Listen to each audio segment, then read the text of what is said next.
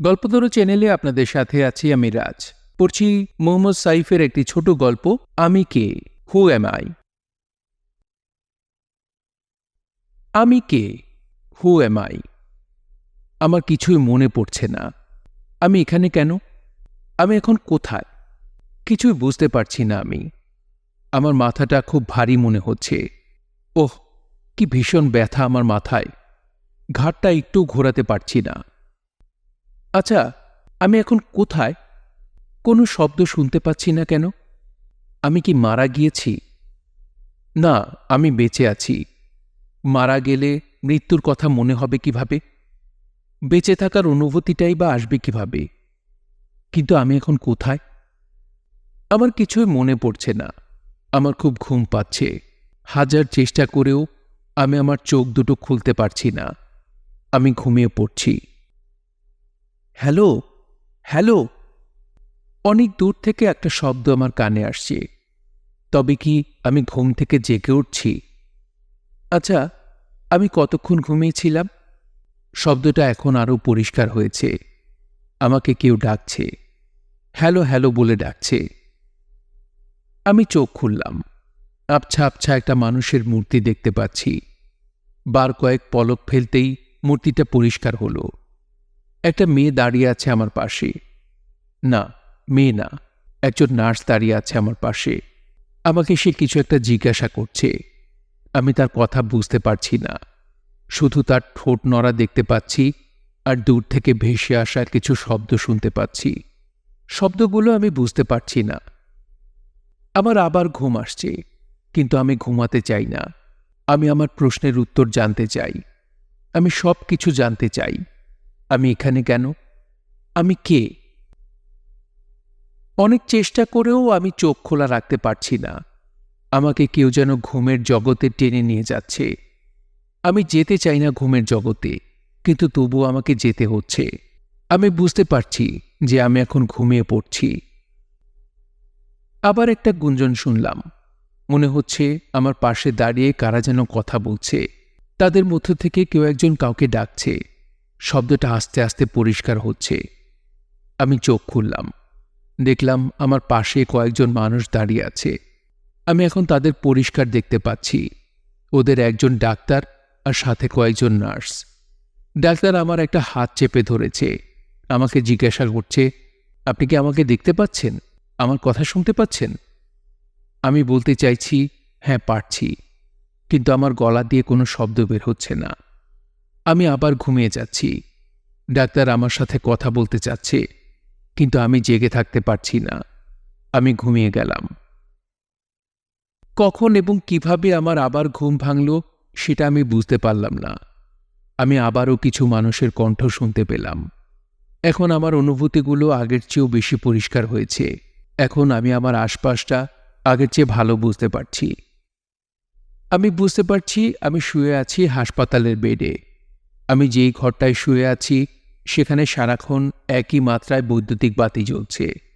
বাইরের আলো কিংবা অন্ধকার এখানে ঢুকতে পারে না। এখানে তাপমাত্রাটাও কোনো পরিবর্তন হচ্ছে না। আমি বুঝতে পারছি না এখন দিন নাকি রাত। বস্তুত সময় সম্পর্কে কোনো ধারণাই আমার নেই এখন। আচ্ছা, সময় জিনিসটা আসলে কি? মহাশূন্যে কিছু নেই।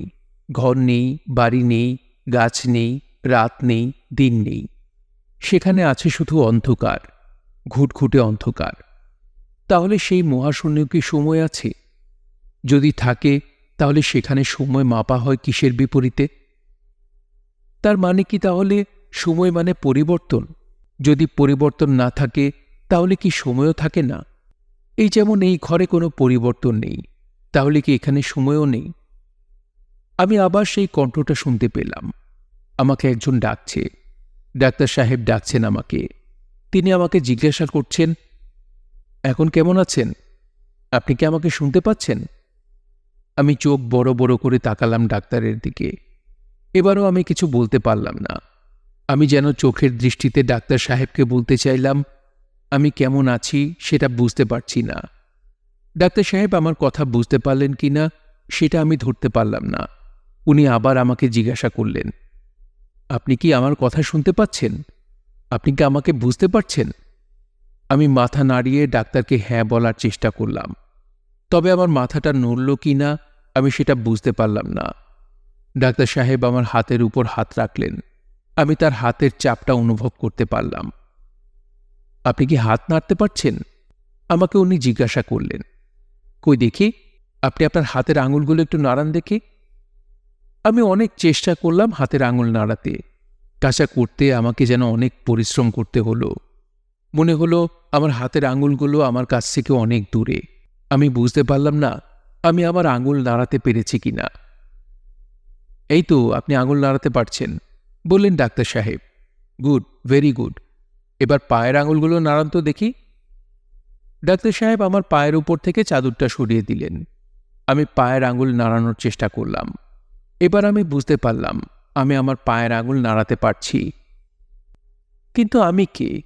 আমি এখানে কেন? ডাক্তার সাহেবও আমাকে সেই প্রশ্নই করলেন। আমাকে জিজ্ঞাসা করলেন, আপনার কি কিছু মনে পড়ছে? আপনার নাম কি? আপনার নামটা আমাকে বলুন তো। কি অদ্ভুত ব্যাপার, আমি আমার নাম মনে করতে পারছি না কেন? আমার নাম কি? কি হলো, নাম মনে পড়ছে না? জিজ্ঞাসা করলেন ডাক্তার সাহেব। আচ্ছা ঠিক আছে, আপনি রেস্ট করুন, আমি পরে আবার আসব। সম্ভবত পরের দিন ডাক্তার সাহেব আবার এলেন, সাথে আরও কয়েকজন বিশেষজ্ঞ ডাক্তার। এবারও তিনি আমাকে ঘুম থেকে ডেকে তুললেন। অন্য ডাক্তারদের সাথে আমার পরিচয় করিয়ে দিলেন। তাদের মধ্যে থেকেই একজন আমাকে জিজ্ঞাসা করলেন, কেমন বোধ করছেন এখন? ঠিক বুঝতে পারছি না, উত্তর দিলাম আমি। এবার আমার মুখ দিয়ে কথা বের হলো। আমার কথা শুনে একজন ডাক্তার বললেন, এই তো আপনি কথা বলতে পারছেন। গতকালও আপনি কথা বলতে পারছিলেন না। Good, very good. আপনার অবস্থার উন্নতি হচ্ছে। আচ্ছা, আপনি কি এখন আপনার নাম বলতে পারবেন? আপনার নাম কি? আমি কিছুই মনে করতে পারছি না ডাক্তার সাহেব, বললাম ডাক্তারদের। আমি কে? আমি এখানে কেন? আপনি অ্যাক্সিডেন্ট করেছিলেন? আমাকে উত্তর দিলেন একজন ডাক্তার। আপনি গাড়ি চালিয়ে ঢাকার বাইরে যাচ্ছিলেন, একটা লাল গাড়ি চালাচ্ছিলেন আপনি। গাড়িতে আপনি একাই ছিলেন। হাইওয়েতে আপনার গাড়িটা একটা ট্রাকের সামনে পড়েছিল। ট্রাকের সাথে আপনার গাড়ির মুখোমুখি ধাক্কা লেগেছিল। গাড়িসহ আপনি ছিটকে পড়েছিলেন রাস্তার পাশে। সেখান থেকে আপনাকে হাসপাতালে আনা হয়। আপনি মাথায় আঘাত পেয়েছিলেন, খুব বড় আঘাত পেয়েছিলেন। আমরা আপনার ব্রেনের কয়েকটা অপারেশন করেছি, বেশ কিছু জটিল সার্জারি হয়েছে আপনার। অ্যাক্সিডেন্টের কথা কি আপনার কিছু মনে পড়ছে? আমি অবাক হয়ে ডাক্তারদের দিকে তাকালাম। ওনারা আমার চাহনি দেখে বুঝতে পারলেন আমার কিছুই মনে পড়ছে না। আমি অনেক চেষ্টা করলাম সবকিছু মনে করতে। গাড়ি, লাল গাড়ি, আমি নিজে ড্রাইভিং করছিলাম। কোথায় যাচ্ছিলাম আমি? আপনার নাম আশিকুর রহমান, আমাকে মনে করিয়ে দিতে বললেন একজন ডাক্তার। আপনার বাসা ধানমন্ডিতে, আপনার স্ত্রী আছে, পুত্র আছে, তাদের কথা কি কিছু মনে পড়ছে? কিংবা আপনার অফিসের কারো কথা? আমি এবার চোখ বন্ধ করলাম। ডাক্তারদের কথা শুনে আমার খুব খারাপ লাগছে। আমার কেমন জানি বুক ভেঙে কান্না আসছে। আমি কিছুই মনে করতে পারছি না। কেন পারছি না? আমার পুত্র আছে, স্ত্রী আছে, তাহলে তাদের কথা আমার মনে পড়ছে না কেন? রিল্যাক্স আশিক সাহেব, আমার একটা হাত ধরে বললেন একজন ডাক্তার। আমরা আপনার ব্রেনে জটিল কিছু অপারেশন করেছি। এই ধরনের অপারেশনের পর অনেকের স্মৃতিশক্তি ফিরে পেতে কিছুটা সময় লাগে। আপনি চিন্তা করবেন না, আপনি রেস্ট করুন। দিন কয়েক পর আপনার শরীর আরেকটু ভালো হলে আপনার স্ত্রীপুত্রকে এখানে নিয়ে আসব, আপনার সাথে ওদের দেখা করতে দেব, ঠিক আছে? আমি মাথা নাড়িয়ে হ্যাঁ বললাম। ডাক্তাররা চলে গেলেন। এরপর থেকেই আমি চেষ্টা করতে থাকলাম আমার অতীত স্মৃতিগুলো মনে করতে, কিন্তু আমি কিছুই মনে করতে পারলাম না। যত আমি স্মৃতিচারণের চেষ্টা করতে লাগলাম ততই আমার দু চোখ দিয়ে পানি ঝরতে লাগলো। আমি অশ্রুর দেখা পেলাম, কিন্তু কোনো স্মৃতির দেখা পেলাম না। এভাবে কদিন কাটল সে কথা আমি বলতে পারবো না। এখন আমার অবস্থা আগের চেয়ে বেশ ভালো। আমাকে এখন আর স্যালাইন দেওয়া হচ্ছে না। আমার শরীরের সাথে লাগানো যন্ত্রগুলো এখন আর নেই। এখন আমি নিজে নিজেই খেতে পারছি। হাত পা নাড়াতে কোনো অসুবিধা হচ্ছে না। কথা বলতেও তেমন কষ্ট হচ্ছে না। আমি এখন বুঝতে পারছি যে আমি ধীরে ধীরে সুস্থ হয়ে উঠছি। তেমন এক সময় একদিন আমার কাছে একটা মহিলা আর একটা ছেলে এলো। ছেলেটার বয়স 10-11 বছরের মতো। ওরা আমার বেডের কাছে এসে দাঁড়ালো। তারপর মহিলাটি আমার বেডের উপর বসে আমার একটা হাতের উপর তার হাত রাখল। মহিলাটি আমাকে কিছু বলতে চায়, কিন্তু সে কিছুই বলতে পারছে না। মহিলাটি আমার মুখের দিকে এক দৃষ্টিতে তাকিয়ে আছে, আর তার 2 চোখ দিয়ে অঝরে অশ্রু ঝরছে। মহিলাটি যেন তার অশ্রুর ভাষায় আমাকে অনেক কিছু বলতে চাচ্ছে। একটু পর ছেলেটি আমার আরও কাছে এলো। ছেলেটি আমাকে জিজ্ঞাসা করল, বাবা কেমন আছো? আমি অবাক হয়ে ওদের দুজনের দিকে তাকিয়ে আছি। বাবা? কে বাবা? আমি একবার ছেলেটির দিকে তাকাচ্ছি আর একবার মহিলাটির দিকে তাকাচ্ছি। ওদের আমার কেমন জানি চেনা চেনা মনে হচ্ছে, কিন্তু আমি ওদের চিনতে পারছি না। অনেক চেষ্টা করেও চিনতে পারছি না। ছেলেটি আবার আমাকে জিজ্ঞাসা করল, বাবা তুমি আমাকে চিনতে পারছো না? আমি লালন। আমি ছেলেটিকে কিছুই বলতে পারলাম না। মহিলাটির চোখের জলের ভাষাও বুঝতে পারলাম না। আমি কেন জানি ইচ্ছা করেই চোখ বন্ধ করলাম। বুঝলাম আমার চোখ দিয়েও পানি গড়িয়ে পড়ছে। তবে আমার এই চোখের জলের সাথে আমি ওই মহিলাকে কিংবা লালন নামের ছেলেটাকে মেশাতে পারলাম না। ওদের দেখে আমার মনে হয়তো মায়া জন্মেছে, কিন্তু কোনো স্মৃতি জন্মায়নি। আমি হয়তো ওদের কারণে কাঁদলাম, কিন্তু ওদের জন্যে কাঁদতে পারলাম না। ওরা আরও কিছুক্ষণ আমার কাছে থাকল। আমাকে ওরা অনেক কথা বলল, কিন্তু সেসব কথার কোনো অর্থ আমি করতে পারলাম না। একসময় ওরা বেরিয়ে গেল আমার ঘর থেকে।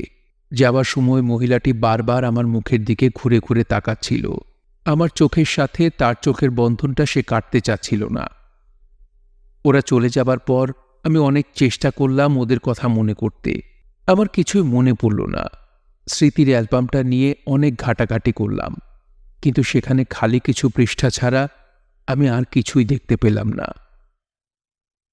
আমার কেবলই মনে হতে লাগলো আমি যেন দাঁড়িয়ে আছি অনেক উঁচু একটা পাহাড়ের চূড়ায়। আমার সামনে শুধু আলো আর আলো। উজ্জ্বল সেই আলোয় আমার চোখ ঝলসে যাচ্ছে। আমার পেছনে অন্ধকার, ঘুটঘুটে কালো অন্ধকার। এমন অন্ধকার যেন সেই অন্ধকারকে হাত দিয়ে খামচে ধরা যায়, যেন সেই অন্ধকারের গায়ে হেলান দিয়ে দাঁড়ানো যায়। একসময় ডাক্তার সাহেব এলেন আমার কাছে। আমি করুণ চোখে তাকালাম ডাক্তার সাহেবের দিকে। উনাকে আমি জিজ্ঞাসা করলাম, আমি কি বেঁচে আছি ডাক্তার সাহেব? আমার প্রশ্নের উত্তর না দিয়ে ডাক্তার সাহেব আমাকে উল্টো প্রশ্ন করলেন। বললেন, আপনি কি আমাকে দেখতে পাচ্ছেন? হ্যাঁ পাচ্ছি, বললাম আমি। আমার কথা শুনতে পাচ্ছেন? হ্যাঁ পাচ্ছি। তাহলে তো আপনি বেঁচে আছেন, তাই না? আমি বেঁচে থাকলে আমার ছায়া নেই কেন ডাক্তার সাহেব? আমার অতীত নেই কেন? কেন আমার কিছুই মনে পড়ছে না? ডাক্তার সাহেব আমাকে সাহস দেবার চেষ্টা করলেন। আমার হাত ধরে উনি বললেন, আপনাকে তো আগেই বলেছি আশিক সাহেব, আপনার ব্রেনের কিছু জটিল অপারেশন করা হয়েছে। এরকম অবস্থায় স্মৃতিশক্তি ফিরে পেতে কিছুদিন সময় লাগে। আপনি আপনার স্মৃতি ফিরে পাবেন ইনশাল্লাহ। আপনার অপারেশনটা ভালোই হয়েছে। আমি ডাক্তারের কথায় সাহস পেলাম না। আমার মনে এখন অনেক প্রশ্ন। প্রশ্নগুলো যেন সূচ হয়ে ফুটছে আমার মনের ভিতর। আমার কেবলই মনে হচ্ছে, আচ্ছা, জীবন শব্দটার অর্থ কি? মানুষ মানে আসলে কি? অতীত না থাকলে কি মানুষ আর মানুষ থাকে? আমি ভাবছি, জীবন মানেই কি স্মৃতি, নাকি স্মৃতি মানে জীবন? গল্পতরু চ্যানেলে শুনছিলেন মোহাম্মদ সাইফের একটি ছোট গল্প, আমি কে, হু এম আই। গল্পটি আপনাদের কাছে কেমন লাগলো তা অবশ্যই কমেন্ট করে আমাদেরকে জানাবেন, আর ভালো লাগলে একটি লাইক করবেন, চাইলে শেয়ার করে অন্যকে শোনার সুযোগ করে দিতে পারেন। সবাই ভালো থাকবেন, সুস্থ থাকবেন এবং গল্পতরুর সঙ্গেই থাকবেন। ধন্যবাদ।